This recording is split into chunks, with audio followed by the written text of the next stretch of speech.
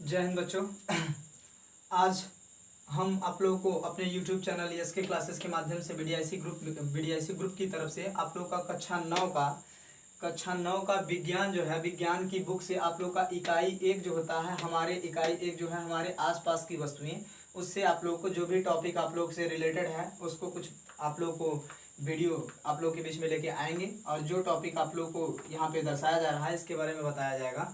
जितना मैक्सिमम हो सकेगा A1 वीडियो में क्लियर करने की कोशिश करेंगे। अगर ऐसे नहीं हो पाएगा तो लगभग आप लोग के पहले चैप्टर के 2 या 3 वीडियो बना करके आप लोग के बीच में लेके जाएंगे और उसको समझाने का प्रयास करेंगे। देखिए, सबसे पहले यहाँ पे बात करते हैं पदार्थ की। तो पदार्थ का मतलब क्या होता है आप लोग का मैटर। तो पदार्थ मतलब ये पदार्थ होता क्या है, सबसे पहले हम समझेंगे कि ये पदार्थ होता क्या है। देखिए, अभी हमारे हाथ में एक मार्कर है। अब इस मार्कर को कहेंगे कि ये मार्कर को कहेंगे कि ये पदार्थ है। अब दूध है तो उसको भी कहते हैं पदार्थ, और उसके बाद ये हवा बह रही है तो उसको भी कहते हैं पदार्थ। तो ये पदार्थ रियल में होता क्या है, कैसे हम जानेंगे कि ये पदार्थ क्या होता है। तो देखिए, पदार्थ का मतलब जैसे ये हमारे हाथ में अगर ये मार्कर है तो मार्कर का एक निश्चित शेप बना हुआ है।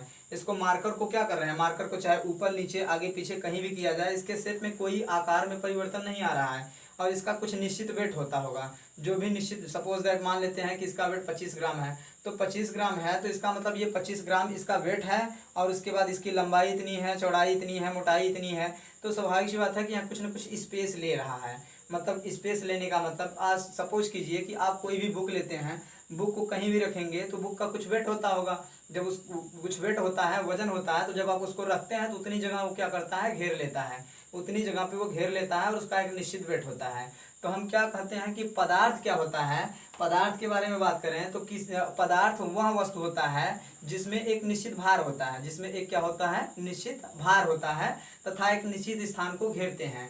जितने स्थान तक वो घेरेगा और उसमें भार की मात्रा जो होती है उसी को उस वस्तु का क्या कहते हैं, पदार्थ कहा जाता है। इसका मतलब कि पदार्थ जो वे वस्तुएं जिनमें निश्चित भार होता है तथा एक निश्चित स्थान को घेरते हैं क्या कहलाते हैं, पदार्थ कहलाते हैं। ठीक है, कोई भी हो, चाहे ठोस हो, चाहे द्रव हो, चाहे गैस हो, कोई भी अगर पदार्थ है उसको कहीं भी रखा जाए तो वह किसी न किसी स्थान या थोड़ा बहुत आप लोग का स्थान लेता है, ग्रहण करेगा, अर्थात उसको घेरता है और उसका एक निश्चित वेट होता है। अब देखिए, पदार्थ की बात करें तो पदार्थ वह वस्तु जिसमें भार होता है तथा एक निश्चित स्थान को घेरता है, क्या कहलाता है आप लोग का, पदार्थ कहलाता है। अब देखिए, पदार्थ की मुख्यतः, पदार्थ को जो है मुख्यतः कितने भागों में बांटा गया है, 3 भागों में।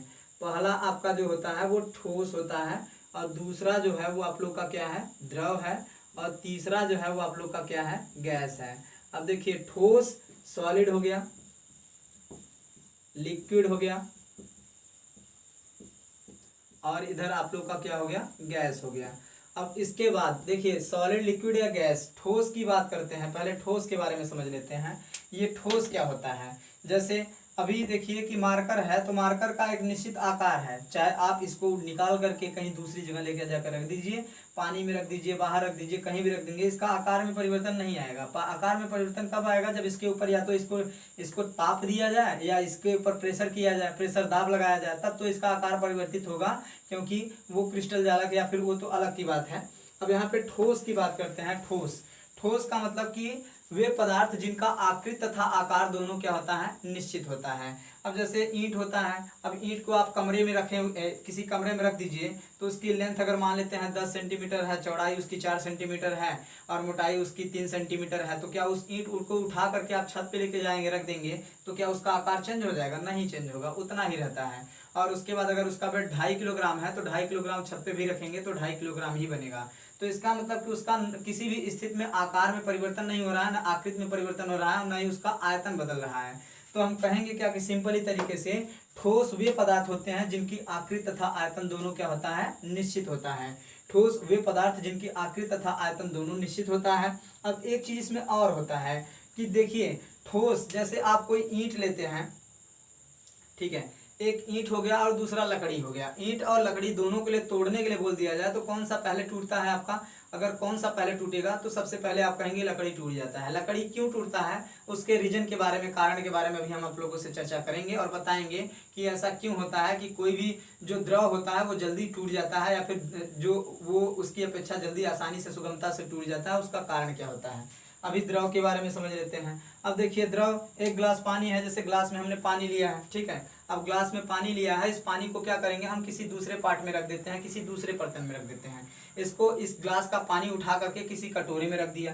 तो जैसे ही कटोरे में रख दिया, अभी वो ग्लास का पानी ग्लास में जब था तो ग्लास के आकार का था, इसमें ग्लास के आकार का था। और जैसे उसको क्या किया, किसी कटोरे में रखा। जब कटोरे में रखा गया तो कटोरे में रखने के बाद ये कटोरे का आकार ग्रहण कर लेता है। अब जब कटोरे का आकार ग्रहण कर लेता है, अब इसी को उठा करके किसी थाली में रख दीजिए तो थाली का आकार ग्रहण कर लेता है। इसका मतलब कि कुल मिलाकर के बात क्या समझ में आ रही है? बात ये कह रहा है कि ये पानी का आकार या आकृति निश्चित आकार या आकृति निश्चित नहीं है। इसको जिस पार्ट में, जिस बर्तन में रखा जा रहा है उसी की आकृति ग्रहण कर ले रहा है। अभी ग्लास में था तो ये ग्लास के आकार का था, इसको उठा करके किस में रख दिया, कटोरे में रख दिया तो ये कटोरे की आकृति ग्रहण कर लिया, और कटोरे से उठा करके थाली में रख दिया तो ये थाली की आकृति ग्रहण कर लिया। तो मतलब कि इसकी आकृति या आकार जो होता है वो निश्चित नहीं होता है, अर्थात जिस शेप में या जिस बर्तन में रखेंगे उसी की आकृति क्या करता है, वो ग्रहण कर लेता है। और अब यहाँ पे बात करते हैं कि अगर ये ग्लास है तो ग्लास में मान लेते हैं कि 250 ml आपका वाटर था पानी, तो 250 ml को उठा करके जब आप इसमें डालेंगे, कटोरे में डालेंगे, तो यहाँ पे क्या आने के बाद इसका वेट जो होगा, आयतन जो होगा वो 200 ml हो जाएगा? बिल्कुल नहीं होगा। फिर उसके बाद यहाँ से अगर कटोरे में ये इसमें रखते हैं, थाली में रखते हैं, तो क्या इसका जो आयतन होगा वो कमी आएगा? नहीं आएगा। बहुत हो सकता है 1 ml का जो पेदी पे लगा रह जाता है उसमें कमी आ सकती है, लेकिन पूर्ण रूप से वो कम नहीं होता है। तो इसका मतलब कि इसका आयतन जो होता है वो निश्चित होता है। यहाँ ग्लास में था तो ग्लास के आकार का था, कटोरे में रखा तो कटोरे के आकार का हो गया, थाली में रखा तो थाली के आकार का हो गया। इसका मतलब इसका शेप कंटिन्यू बदल रहा है, शेप कंटिन्यू लगातार बदल रहा है। जिस बर्तन में रखा जा रहा है उसी की आकृति ग्रहण कर ले रहा है, लेकिन इसका आयतन सब में सेम है। आयतन यहाँ पे 250 ml था तो यहाँ भी बहुत हो सकता है 1 ml का फर्क आ सकता है, लेकिन आयतन सभी जगह रहता है। तो देखिए इसका मतलब द्रव की बात करें तो द्रव ऐसे पदार्थ होते हैं जिनकी आकृति निश्चित नहीं होती, परंतु आयतन क्या होता है, निश्चित होता है। अब देखिए गैस की बात कर लेते हैं। तो गैस की बात कर लेते हैं तो गैस के बारे में थोड़ा सा हम सीखेंगे कि गैस होते क्या हैं। अब देखिए हमको गर्मी महसूस होती है, तो गर्मी महसूस होती है तो हमको बहुत गर्मी महसूस होती है तो हमको हवा की जरूरत होती है। अब हम बाहर निकलते हैं, किसी पेड़ की छाया में जाते हैं, तो बाहर निकलने पर हमको हवा कब महसूस होता है, जब हवा लगती है तो हवा महसूस होता है। अब ये बताइए कि आपने कैसे पता किया कि हवा जो होता है, हवा चल रही है। तो आप ये हवा कैसा होता है, तो आपने हवा को तो कभी देखा नहीं है। गैस जो होती है उसको हम सिर्फ फील कर सकते हैं, महसूस कर सकते हैं, अपने टच के, अपने ये त्वचा के द्वारा उसको महसूस कर सकते हैं। अब देखिए जैसे पेड़ की पत्तियां हिलती हैं, पेड़ की पत्तियां हिलती हुई नजर आती हैं तो हम समझ जाते हैं कि हवा चल रही है। अब किसी से पूछे कि भैया ये बताइए कि हवा कैसा होता है, हवा काला होता है, लाल होता है, पीला होता है, नीला होता है, तो उसका तो कोई भैया रंग तो नहीं है ना। तो उसका रंग नहीं है तो इसका मतलब कि हवा जो है वो ये एक ऐसी गैस है जो आंखों से दिखाई नहीं देती, अर्थात उसको हम सिर्फ फील कर सकते हैं, महसूस कर सकते हैं।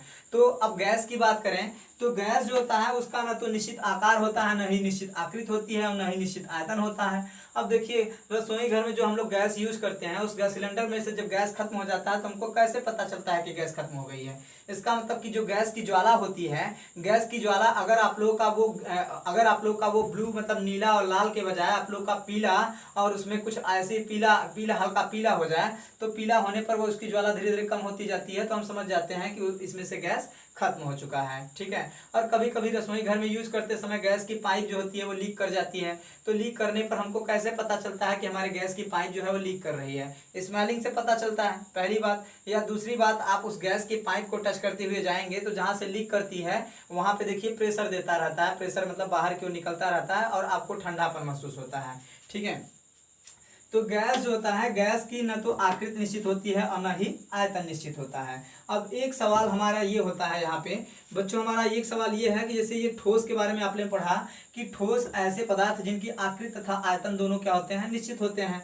जबकि द्रव की बात करें तो ये तो बिना पेदी का लोटा था साला, जिसमें रख रहा है उसी की आकृति ग्रहण कर ले रहा है। जब इसकी आकृति ग्रहण कर ले रहा है तो इसका मतलब कि इसका आकृति तो निश्चित नहीं है, लेकिन आयतन निश्चित होता है। जबकि गैस की बात करें तो गैस की आकृति तथा आयतन दोनों क्या होते हैं, निश्चित होते हैं। अब हमारा सवाल ये होता है, सवाल ये है कि बताइए जब ईंट होता है, ईंट को फर्श पे रखते हैं तो वो स्थिर जैसे बना रहता है वैसे ही बना रहता है, लेकिन अगर पानी को उठा करके अगर फर्श पे रख दें या फिर उसको उड़ेल लें तो पानी बहने लगता है। अब क्या कारण है पानी बहने लगता है और ईंट ठोस अवस्था में क्यों पाया जाता है, अब उसके बारे में थोड़ा सा चर्चा करेंगे, बात करते हैं। तो देखिए जो ठोस होते हैं इसके जो कण होते हैं ना, इस पदार्थों में जो कण होते हैं ये बिल्कुल पास पास होते हैं। अब इस तरीके से जब पास पास संरचना बनाते हैं, ठीक है, जब पास पास इसके संरचना बनाएंगे तो देखिए एक कण दूसरे कण से बंधे हुए हैं, अर्थात एक कण के और दूसरे कण के बीच में स्पेस है ही नहीं, स्पेस बहुत कम है। जब स्पेस बहुत कम है तो ये आपस में क्या होते हैं, हिलडुल नहीं पाते हैं। जब आपस में हिलडुल नहीं पाएंगे तो बताइए जब स्थिर रहेंगे, अब वो कह का रहा है, अब ये देखिए ये दोनों कण है, ये सभी के सभी कण हैं, अभी कहेगा इसको धक्का देगा, ए भैया आगे चल, ए भैया आगे चल। अब वो आगे कहाँ जाएगा, जब उसके आगे स्पेस रहेगा तब ना जाएगा। तो ये क्या करता है, स्पेस रहता ही नहीं है। और इसी पे क्या करें, इससे बड़ा कोई कण होता है इस पे बमबारी किया जाए और जब धक्का मारेगा तो सब आगे पीछे इधर उधर भागने लगते हैं। जब भागने लगते हैं तो स्पेस नहीं मिलेगा तो टूट जाता है। अब देखिए इसका मतलब ये हुआ कि ठोस जो होते हैं, ठोस के अवयवी कण जो होते हैं या ठोस के कणों के बीच में दूरी का मान बहुत कम होता है। कम का मतलब नगण्य मान के चलते हैं, तो दूरी का मान कम होता है। और जो इसमें जितने दूरी का मान कम होगा उसमें अंतरा आणविक बल का मान उतना ही ज्यादा होता है। तो जब इसके बीच में स्पेस कम होता है तो अंतरा आणविक बल का मान अधिक हो जाता है। जब अंतरा आणविक बल का मान अधिक हो जाता है, इसीलिए आपको ठोस को, किसी ठोस वस्तु को तोड़ने के लिए अधिक उष्मा की आवश्यकता, ये अधिक उष्मा या अधिक आप लोग के दाब की आवश्यकता होती है। अब यहाँ पे देखिए द्रव की बात कर लेते हैं। अब ये देखिए द्रव के जो कण होते हैं ये ठोस की अपेक्षा अधिक दूरी पर होते हैं। अब जब ठोस की अपेक्षा अधिक दूरी पर रहेंगे तो जैसे ही ये जो कण हैं, अब ये स्पेस पाएगा इधर बीच में से निकल जाएगा, ये स्पेस पाएगा इधर बीच में से निकल जाएगा, ये स्पेस पाएगा इधर बीच में से निकल जाएगा, ये स्पेस पाएगा इधर बीच में से निकल जाएगा। तो इसका मतलब इसके कण के बीच में स्पेस होने के कारण ये क्या कर रहे हैं, बाहर की ओर निकलते चले जा रहे हैं। तो जब निकलते चले जाएंगे तो एक कण दूसरे कण से बंधे ही नहीं है। जब एक कण दूसरे कण से नहीं बंधे रहेंगे तो भाई वो तो तरल अवस्था में तो पाया ही जाएगा। तो इसीलिए क्या करता है, जितने भी द्रव होते हैं वो पानी की तरह बहते हुए या फिर बहते हुए आपको फ्लोइंग करते हुए नजर आते हैं। तो कुल मिलाकर के इसके बीच में अणुओं के बीच या द्रव के अणुओं के बीच में ठोस की अपेक्षा अधिक दूरी होती है, अर्थात अंतरा आणविक दूरी का मान अधिक होता है, जिससे इनके बीच लगने वाला अंतरा आणविक बल का मान क्या हो जाता है, कम हो जाता है। इसीलिए द्रव को, किसी भी द्रव में जब आप कंकड़ ये पानी में कंकड़ मारते हैं तो कंकड़ मारने पे आवाज छपाक दे आती है लेकिन कम आती है। और एक कंकड़ आप स्टील का बर्तन हो या कोई बर्तन हो गया उस पर थोड़ा सा टच करते हैं तब पर भी तड़ाक दे बोलता है। तो इसका मतलब कि इसके बीच में जो होता है ना, ठोस के अण जो होते हैं बहुत पास पास होते हैं, जबकि द्रव के अण ठोस की अपेक्षा दूर दूर होते हैं। और जो जितना ही दूरी होगा उसके बीच में आकर्षण बल का मान उतना ही अंतरा आणविक बल का मान क्या हो जाएगा, कम हो जाएगा। और जबकि गैस की बात करें तो गैस जो होता है, गैस ऐसे पदार्थ होते हैं जिनकी न तो आकृति निश्चित होती है न ये आयतन निश्चित होता है। और इनके जो कण होते हैं वो गैस ये द्रव की भी अपेक्षा बहुत दूर दूर होते हैं। किधर रहेगा, एक यहाँ रहेगा, एक यहाँ रहेगा, एक यहाँ रहेगा, तो बहुत ज़्यादा दूर दूर होते हैं। इसीलिए इनके बारे में अनुमान लगाना अर्थात इनका आयतन भी निश्चित नहीं होता है। ठीक है, तो आशा करते हैं कि हमारे द्वारा ये बताया गया, आप लोग का जो पदार्थ के बारे में बताया गया, ठोस, द्रव और गैस के बारे में ये जो चीज़ें आप लोग को डिस्कस किया ये समझ में आया होगा। नेक्स्ट वीडियो इसका फिर आप लोग के बीच में लेके आएंगे, तो उसमें जो टॉपिक आप लोग के बचे हुए हैं उसके बारे में पहले चैप्टर का आप लोग का क्लियर कराएंगे। तब तक के लिए हमें इजाज़त दीजिए। जय हिंद, जय भारत। अगर आप लोग हमारे चैनल पर नए हैं और जिन बच्चों को हमारा वीडियो है, हमारे द्वारा बनाया गया वीडियो अगर पसंद आता है तो चैनल को लाइक और सब्सक्राइब जरूर कर दीजिएगा।